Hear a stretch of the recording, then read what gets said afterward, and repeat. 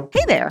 Welcome to Culture by Culture, a multidimensional exploration of Black and Asian pop cultural ties. I'm your host, Delia, and today is a bit of a different episode. A week ago today, actually, at the time of recording, the Supreme Court ruled on the Students for Fair Admissions, Inc. versus Harvard case, effectively overturning affirmative action. So, there have been a lot of conversations online, on my socials, just in general, that I'm seeing, and I wanted to hold space for it here on the pod and have a conversation. Let's just talk about it. So, joining me to talk about this issue is, you know her and loved her from last week, Editor-in-Chief of Mochi Mag, Giannina Ong. Hi, everybody. Hi, Giannina. Welcome back. Thank you. Thank you for having me. I'm really excited to talk about this topic. And I think that it's not what we wanted, but we did see signs, right? We knew this was going to happen. But I think it's really important, I think, especially for me as an Asian American, that we talk about it.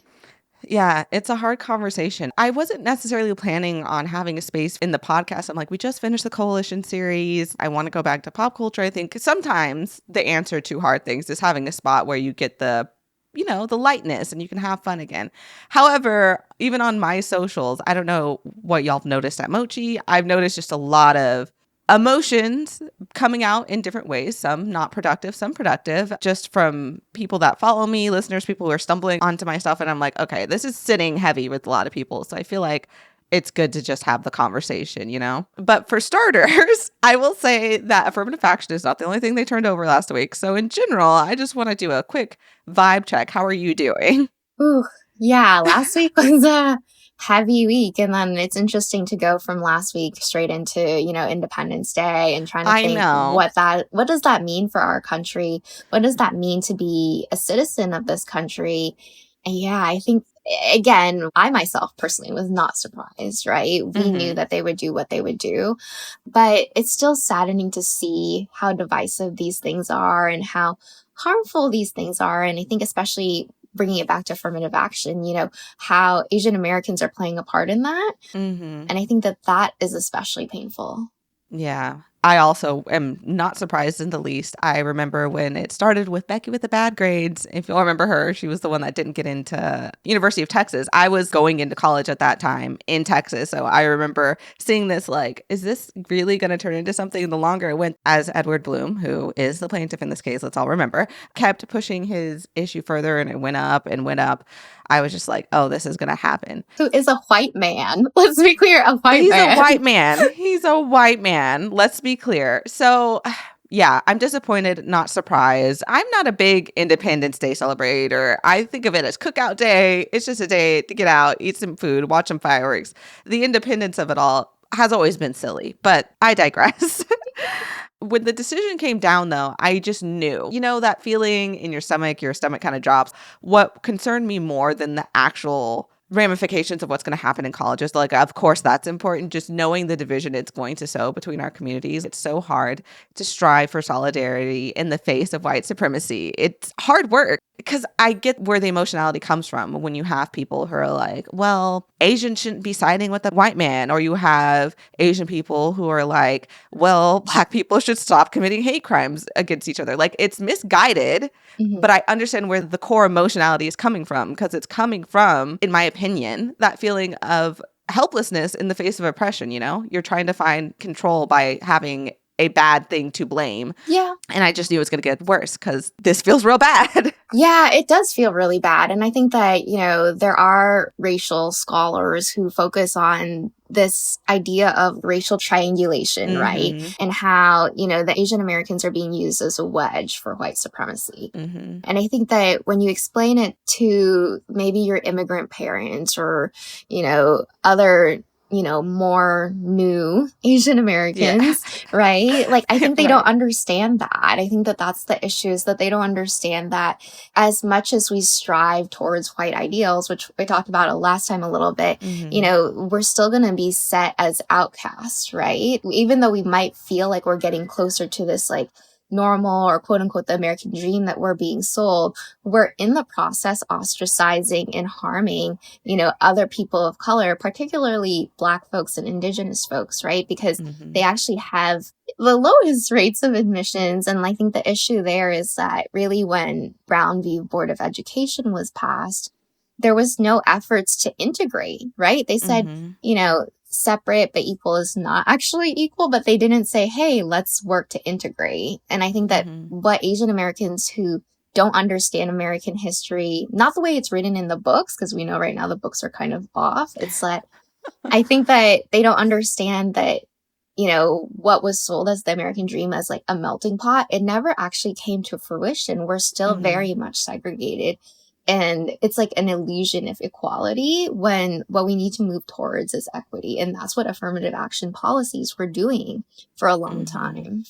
Yeah, I think for people who might not know, even some Black people who maybe weren't from the South, like they're generations removed from the South, or, Asian American immigrants, or just people who suffered under the hands of our whitewashed public schooling system. My dad is from Texas. He was on my first episode. If you've listened, you'll kind of know his background. But like he integrated his high school. He was part of that movement. And it was very much, we're just going to drop him in and wipe our hands of it. And then very quickly after that, those same high schools are no longer the quote unquote white high schools because white flight happens and they don't put any more resources into those schools. And that's the background people are coming from when they're going to college. And so it's not equal because all the resources leave. And does the government do anything about that? No, they're like, oh, well, we tried, we integrated, quote unquote. And that's that. Not to mention the trauma that comes from that. That's a whole separate issue also as well. So then you're applying to these schools. And that's what affirmative action has always been trying to correct for. It's never been a quota system. There's talks about like whether or not that was going to be effective, but it's not been a quota system. It's not been a way for unqualified students to then qualify for these schools, even if somebody got in through affirmative action, but there's not really a way to measure it in that way. But even if you found a Black student who got in via affirmative action, they're qualified to be there. What affirmative action does is make sure that Black students, minority students who are qualified are not overlooked, which these systems that we currently have do overlook these students on purpose. Yeah. And I think that that's the thing is like you would never be able to point out the student that got admitted through affirmative action because it is not a quota system, right? Like the Supreme Court had ruled against the quota system in like the 70s, right? Like a few years after, everybody was like, we're going to start to do affirmative action policies. Immediately they were like, don't do quotas, right? Like that's unconstitutional. And it's like such a small portion of the application that other policies that are like white affirmative action still get, used and still create an unequal playing field, right? Like whether you're a legacy student, whether you're a child of somebody who is a big donor of the school, whether you're the child of a faculty member, right? I think that, those are all white affirmative action policies that no one is going after because they continue the status quo of making sure that these are predominantly white institutions. Yeah, I think the stat, I will fact check myself and put it in the show notes, but I think the stat is that at Harvard, I think 45% are in some form legacy admissions. And of those, 75% of them would not be qualified without the legacy admission process. Like that's a high number.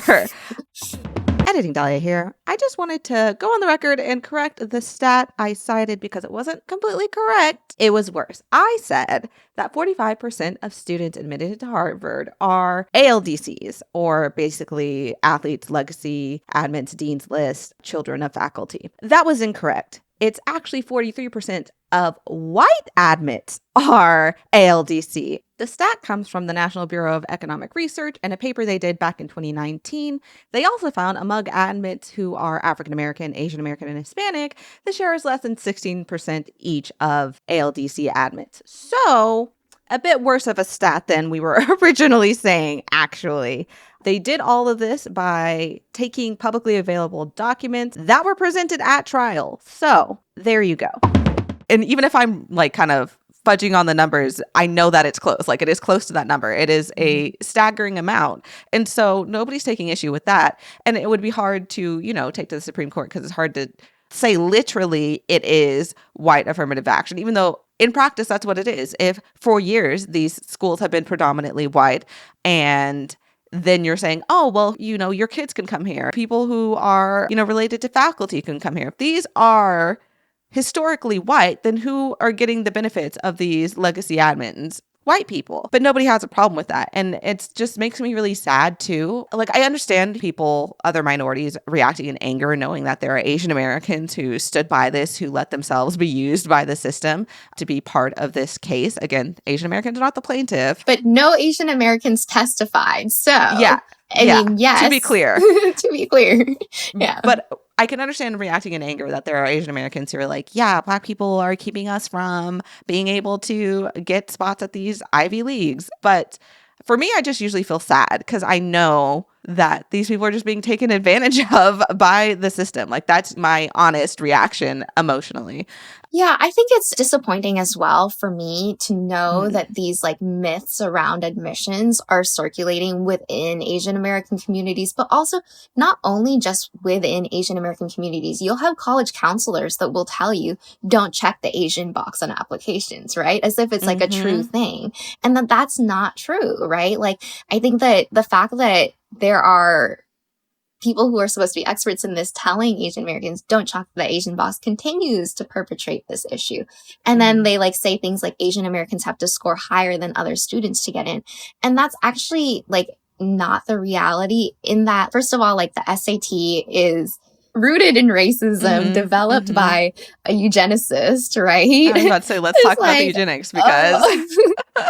you know, and then more than that, for me in California, they haven't been allowed to do affirmative action policies at the state schools or the UCs, the University of California's, because it was banned in the 90s. So they're saying that, oh, you know, more Asian Americans will get in. But if you look at it, in California, the population of Filipinos is around a quarter, right? Like there's a quarter of all Asian Americans are Filipino, but only 11%, I think, is like the admission rate to the UC system. Right. Whereas I think another quarter of the Asian American population in California is Chinese, you know, but they are 45% of the admits. So it's like, which Asian Americans are you talking about? Right. Like, cause I don't think it's really fair to say like all Asian Americans. It's like very specific.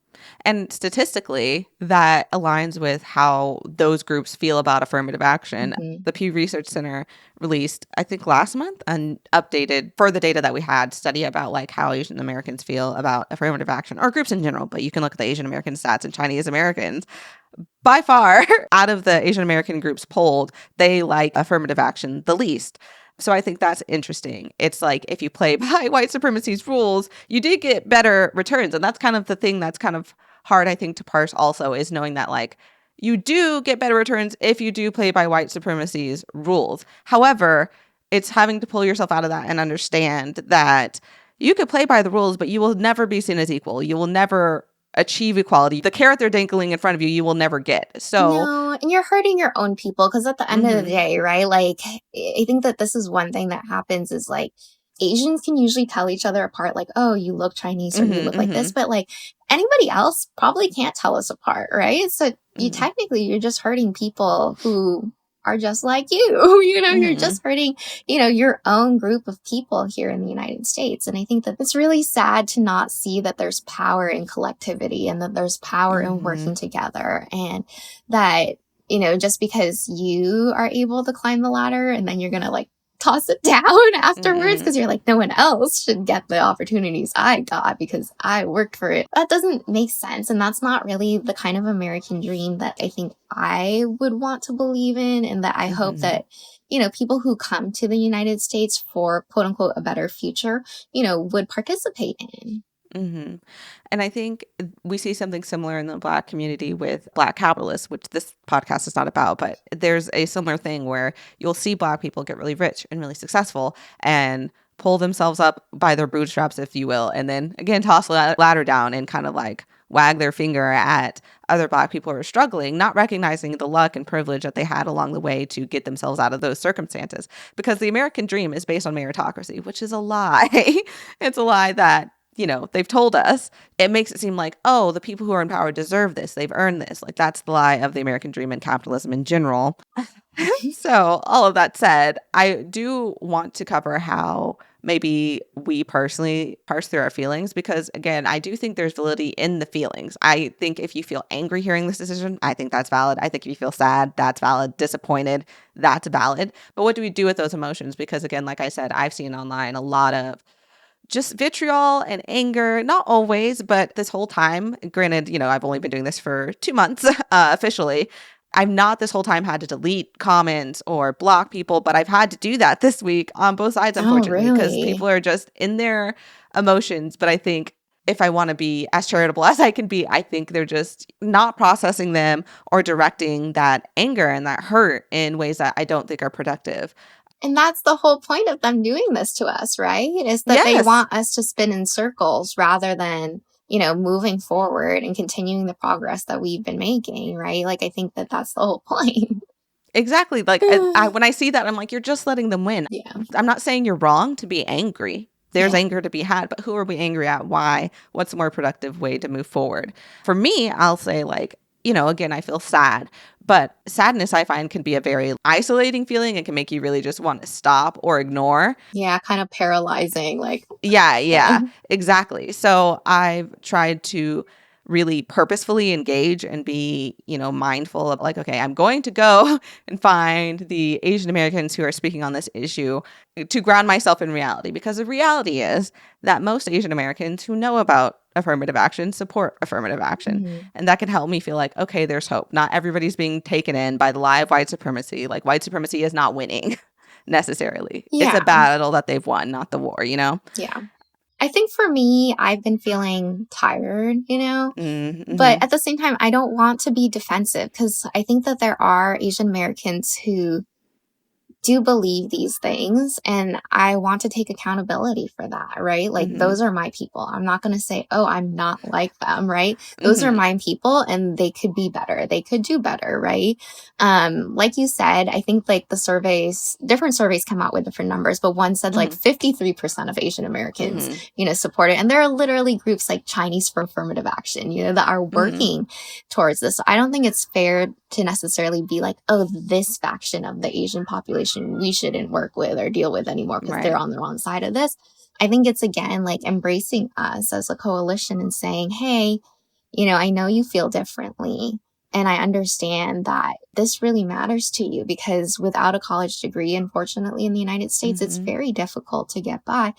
And for lots of new immigrants, that's why they came here so that their children could go to a university that would allow them to secure one of the like 3 jobs that they wanted, Mm-hmm. lawyer, doctor, like Yeah. those ones. It's like, I get it, but I think that there's other things in life besides Mm-hmm. going to school. There's other things in life besides going to an Ivy, which is I had mentioned before. Yeah, you did. I think that even though I'm tired, that's where I'm putting my energy towards talking to other Asian Americans about the myths and like what are we perpetrating, right? Because even if it's not at the Ivies, what does that mean if the UC system, like state schools, are Mm-hmm. not able to look at race, right? Like I think it's like to even be conscious of it, right? Mm-hmm. How will we end up presenting ourselves? How will we end up teaching our kids to be to other kids and like how they want to be as adults?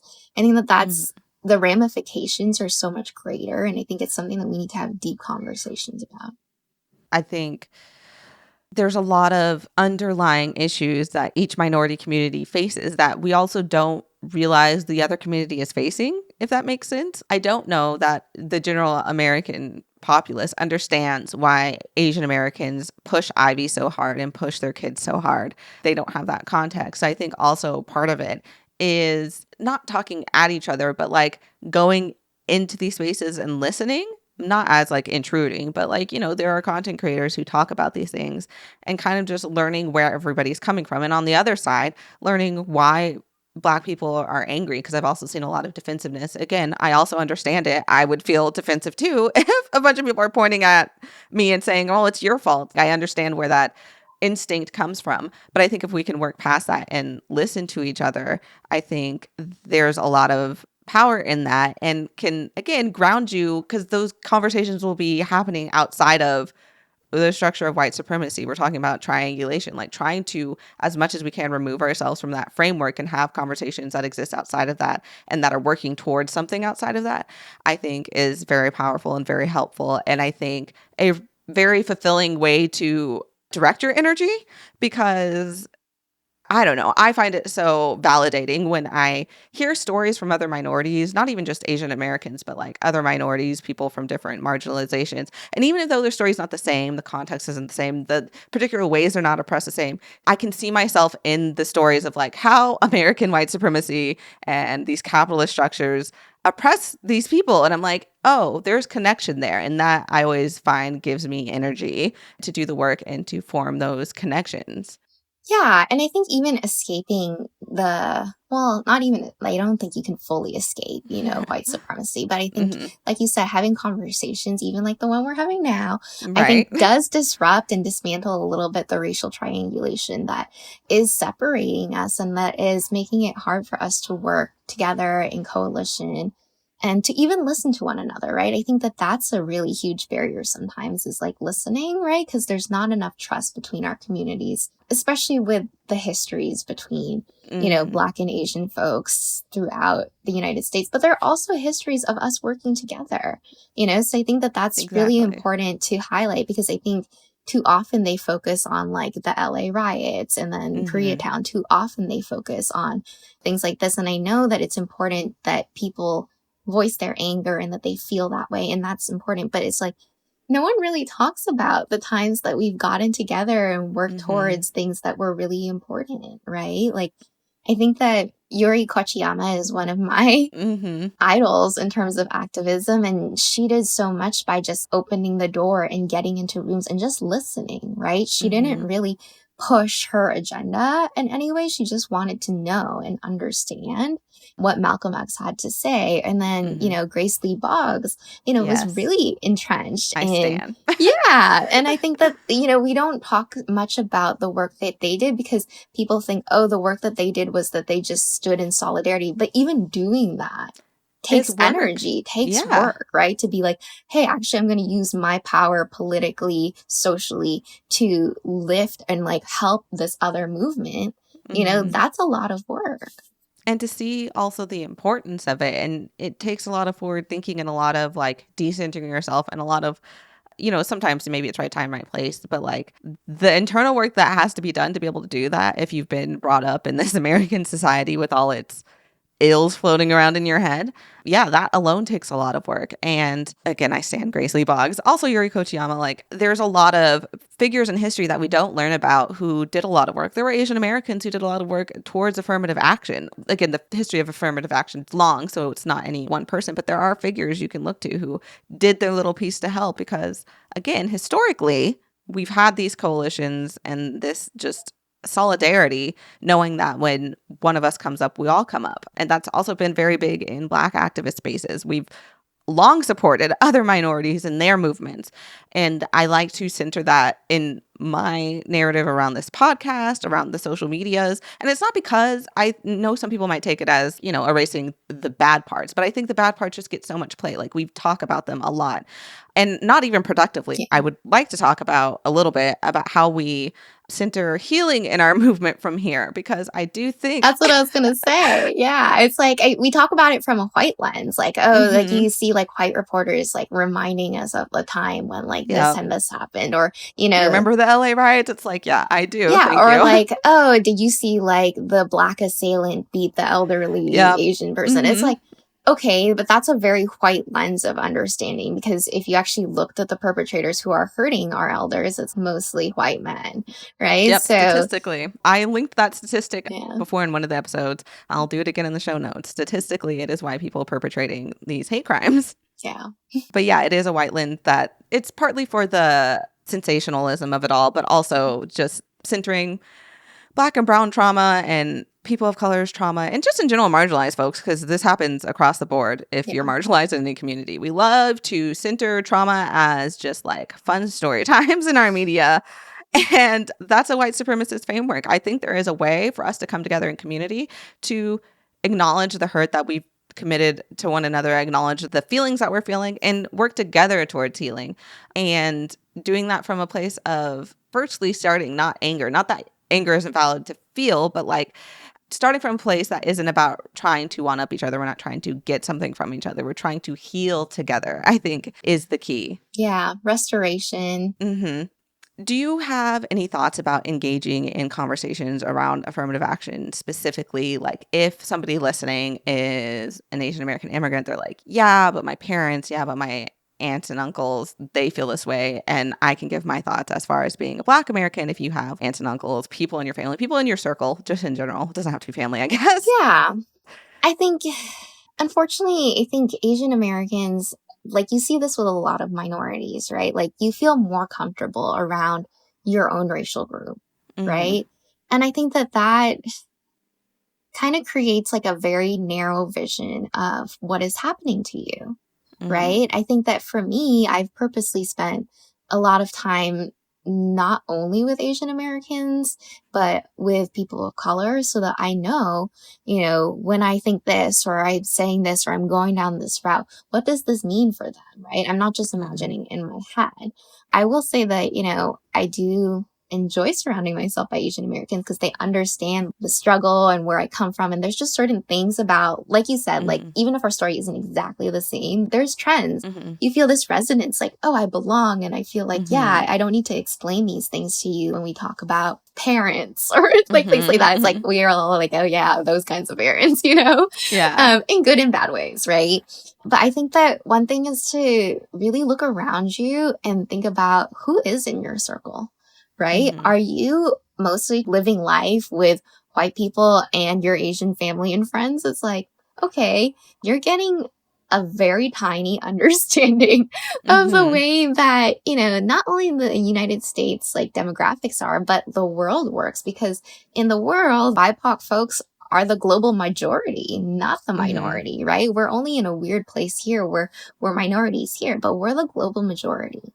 So I think it's important that we surround ourselves with, I hate the word diverse, but just other, other people of all kinds, right? Not just about race, but also age. If you're older, spend time with younger people. If you are a woman, spend time with other people, other genders. If you're able-bodied, spend time with people who are disabled. I think it's really important that we shape our perspectives based off of, what we understand from other people. And you won't get that unless you're actively seeking other perspectives. And I will say, like, that process can, in and of itself, be a lot of work. As someone who is, I'm also Cherokee, and growing up, my circle and my reference for understanding what it is to be Cherokee, Native American, Indigenous in America was based on what my family's opinions were and what my family knew and their experience, which has been a very specific experience. And then growing up and then starting to interface with other people from other tribes and just other younger people too, because a lot of people in my family are just older. They're of the older generation. Like I'm the youngest. Well, I guess my little sister's the youngest. And realizing like, oh, our opinions aren't the same. And like, what does that mean? Does that mean I'm wrong? Does that mean I need to adjust? It's just taking in that different information changes how you see things. But having such a small worldview, I can relate to not even feeling like I was wrong, just realizing there's so much more even within this experience that I thought I was having. As far as talking to, if you're a Black listener, you're like, okay, but how do I talk to my aunties and uncles and whoever who might feel angry at Asian Americans and stuff like that? I will say that in my experience, I think sometimes it's not about changing their mind in the moment. I think this is kind of applicable even outside of this situation. What I found in having these conversations, changing their mind is never my goal. It's to plant the seeds. And you keep tending to that crop, if you will, to the seeds that you sowed. And maybe you don't even have time to tend to it. But I have seen having conversations that are kind of tough, but doing it from a place of love, first and foremost, and saying like, I understand how you're feeling, but here are the facts. I have I was about to say I have Asian American friends, but not like if you've done the work of listening, you've been in these spaces and this is what they're saying, this is how they feel, and sharing that and sharing the statistics, whatever will get through to them. But again, starting from a place of love, even if in that moment they're like, yeah, whatever, I don't care. Like I found even in those situations, sometimes months later, sometimes years later, I'll have a family member. This happened to me multiple times who have come up to me and been like, you know what? You know why I changed my mind on this? I remember I had this conversation with you back when, and that's what made me start thinking like, maybe not. And so I think don't go in with the goal of changing someone's mind. Go in with the goal of correcting them with love and seeing where that goes, and planting that seed is what I've seen work best within my own communities. I absolutely, agree with that because I think, even for myself, it took time, right? Like I like to say, oh, I've always been like an activist mindset. Yes, I have always been towards an activist mindset, which means like I'm a little more open-minded, right? I was willing to hear things, but honestly, when I think about my own trajectory into racial consciousness and, what I want to see, I think that as a high schooler, I was very sheltered, and I had certain beliefs, and it takes time to change those. You don't just have one conversation with somebody and you're like, yeah, I shouldn't be anti-Black anymore, like it's like you go, what? Only. I'm being anti-Black? I didn't know that. Right? Like you don't even know what that word means when you like first find out that they're saying these things, right? It's like, okay, it really takes time for you to be like, okay, so you're telling me these things, what do you want me to do? It's like a slow process. And I think that being patient with, especially the people you love, I think is really important. But I think when you interface with anyone who has a view that is opposing, I think it's important to see them as a human being, see them as somebody that, you don't want better or worse for them, right? You just want, what every human being in this world deserves. And, just when you're talking to them, I think that that's, what you should bring to the table. It's not about competing with one another, like you said. Like, I think that that's really important. Yeah, I like that, the competing with each other, because it even comes down to like the mental gymnastics we do sometimes with each other, especially when you feel like you have the high ground, if you will, and you're in these conversations with your bigoted uncle. This is going beyond affirmative action. I'm just saying in general, like, you have the moral high ground. It's easy to get really heated and angry, and then it becomes this war of words. And I've not found success that route. I totally get if you do get emotional in these conversations. It's hard. It does take practice. It's taken a lot of practice on my part to be able to approach these conversations and be like calm and like, okay, why do you think that? I understand. And it takes a lot of practice, I will say. You can get it wrong a few times, but if you keep practicing it, I think we do a lot of good to the broader community in solidarity when we're able to do that, because I have so many family members who are more racially conscious, who are more open to LGBTQIA ideas because of the work of the younger generation like me, my sister, and my cousins, who have had these patient conversations. And I think that's why we often call on, white people, like, talk to your white family members because they're the racist ones. We say that, but it's true because a lot of work is done in those interpersonal one-on-one conversations, I think. Yeah. And I think also, not falling for the trap among BIPOC folks with the oppression Olympics, like, oh, we have it worse, or, like, I think that that's a dangerous trap, right? And that's where, feelings that are not useful, show up. Like, I think that anger is definitely a useful feeling, right? It tells you something is wrong, right? It tells you that there's something that you need to work through, or that something is unjust in the world. But I think sometimes when we fall into these traps of like, oh, I have it worse off, you bring up these feelings of trauma and you're directing it towards the wrong person or the wrong group of people. And that's where it's like, oh, they got you, it's like, don't do that. That's such a good way to put it. It really is these feelings of trauma that bubble up, and it happens to everybody. Like, I'm in an interracial relationship, and we're very good about talking about our issues and not one-upping each other. But we've had moments just here and there where it has happened because it's easy to trigger, because it is trauma that we experience at the hands of these oppressive forces, right? And having to check that and be like, oh, you know what? That's not what this is about. I'm sorry. Like, let me walk that back. Before we wrap up, is there anything you wish we had more time for? I know it was a quick conversation. I think that the one thing I would say is that there's so many forces at play. Again, not being defensive of Asian Americans who feel like affirmative action is unfair. I think that, it's important that they gain a greater worldview. But I think that there's so many systems at play, right? There's like the testing industrial complex, which earns, I think, $1 billion a year now, which is insane, right? There is the idea that these predominantly white institutions are trying to protect themselves, are trying to keep themselves predominantly white, right? Like, they don't actually want to reflect the diversity in the United States.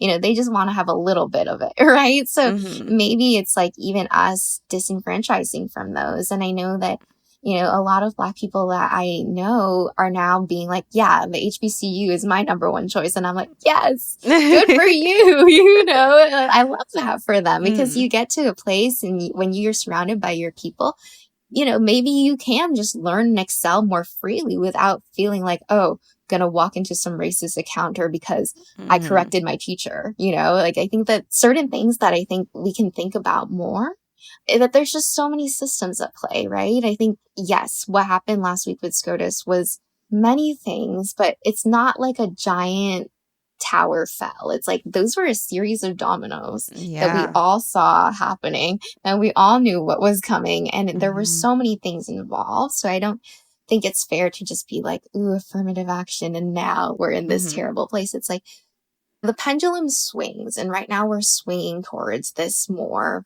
racially, quote unquote, blind, and being racially blind is actually not a good thing, because then you don't see the diversity among us. You don't get to celebrate the diversity among us. And I think that that's really important. And I think when we all try to be quote unquote normal, i.e. white, we lose out on so much of ourselves. And I think our histories and our culture and our traditions, everything we bring with us makes us who we are. And it's colorful and it's amazing. Yeah, I think that for people really feeling like this is, like you said, a big tower fell, it feels that way, but this is also why it's important to get involved at the local level, because like you said, it is a series of dominoes. This started very small and then built up to something big. So yes, interpersonal conversations, but politically speaking, getting involved in your local politics, supporting your local libraries. We talked about, things in Florida, like know what your politicians stand for, right? Like you're just like, I'm just going to vote for the Democrat. Okay. Like actually, no. And if they haven't said, ask them. Yeah. You can always ask them. Make them speak to it. Call your senators. Be in contact. Like these things are so important. Work as far as making sure that these big historical moments, or things that feel like big historical moments, are less likely to happen. Of course, we are fighting a war, if you will. So it's about the long game. So these things will still happen, but it takes all of us on the ground doing the little pieces that we can. However, with that said, the one thing I wanted to add was that it is also valid to be overwhelmed and need to disengage. Like I want us all to honor where we are emotionally and be able to know when it's time to rest and to just disengage. Maybe it's like, okay, I don't have the energy to work through these emotions right now. I don't have the energy to engage with this. It's affecting my day-to-day life too negatively. I need to focus and be here for my kids. I need to focus on my job. We all exist in the system of capitalism. I've got to perform. I think it's totally valid to just recognize in yourself, like, you know what, I can't even engage with this in a thoughtful way that this situation needs or that is helpful to me. And just being like, you know what, I'm going to rest. I think that's super valid. Yes. I wouldn't have had this conversation if I felt like I don't have the capacity for it. And I don't think Giannina would either, hopefully. Hopefully she doesn't feel like I bullied her. No, of course not. Yeah, honor that in yourself. That is also important because, again, it is the long game. It's not about these short sprints. It's about endurance. So take the breaks and take the time that you need. And with that said, I think that's all we have for you today. Thank you so much, Giannina, for making time again to join me. I think it's just really important to have these conversations. And like, I know it's not just going to be one person, but if even one person listened to this conversation and thought, hey, I have questions about my own perceptions, that would be amazing. And I think that that's, for those who have the energy and capacity to do that, that's exactly what we need to do. I so agree. I think if even one mind is kind of shifted, that's a success to me. But before we go ahead and tell the good folks, I'm sure they listened to the last episode, right, everyone? You listened to the last episode, but just in case, go ahead and tell people where to find you. Listen to the last episode if you want to learn more about me and Mochi Magazine and Sarah, who is also a guest on that episode. But you can find us at mochimag.com, and then you can find us on Instagram, mostly at mochimagofficial. And you can find me at This is Giannina. If you want to follow me, I don't know, I post about my child and being a mom a lot. He's very cute. I saw. Yeah, from my activist consciousness lens. So if you want that, you can get that there. Great. Thank you all so much for listening and engaging so thoughtfully in this conversation. If you have any questions or want to know more, I said it before, but I am including a lot of resources that I found useful in the show notes and any fact checking. I know I said some fact that I said I was going to fact check. I will. It'll be in the show notes. You can also drop your questions on Culture X Podcast. If it's a question for Giannina or me, we'll get them where they need to go. Or if they're questions we don't know the answers to. I definitely don't have all the answers, but in community, we can find the answers. That's the beautiful thing. If you're like, okay, yeah, but I would like some lightness. Next week, we are back on that pop cultural intersection wave. So stay tuned, watch this space. And until next time, keep it chill and keep it nerdy.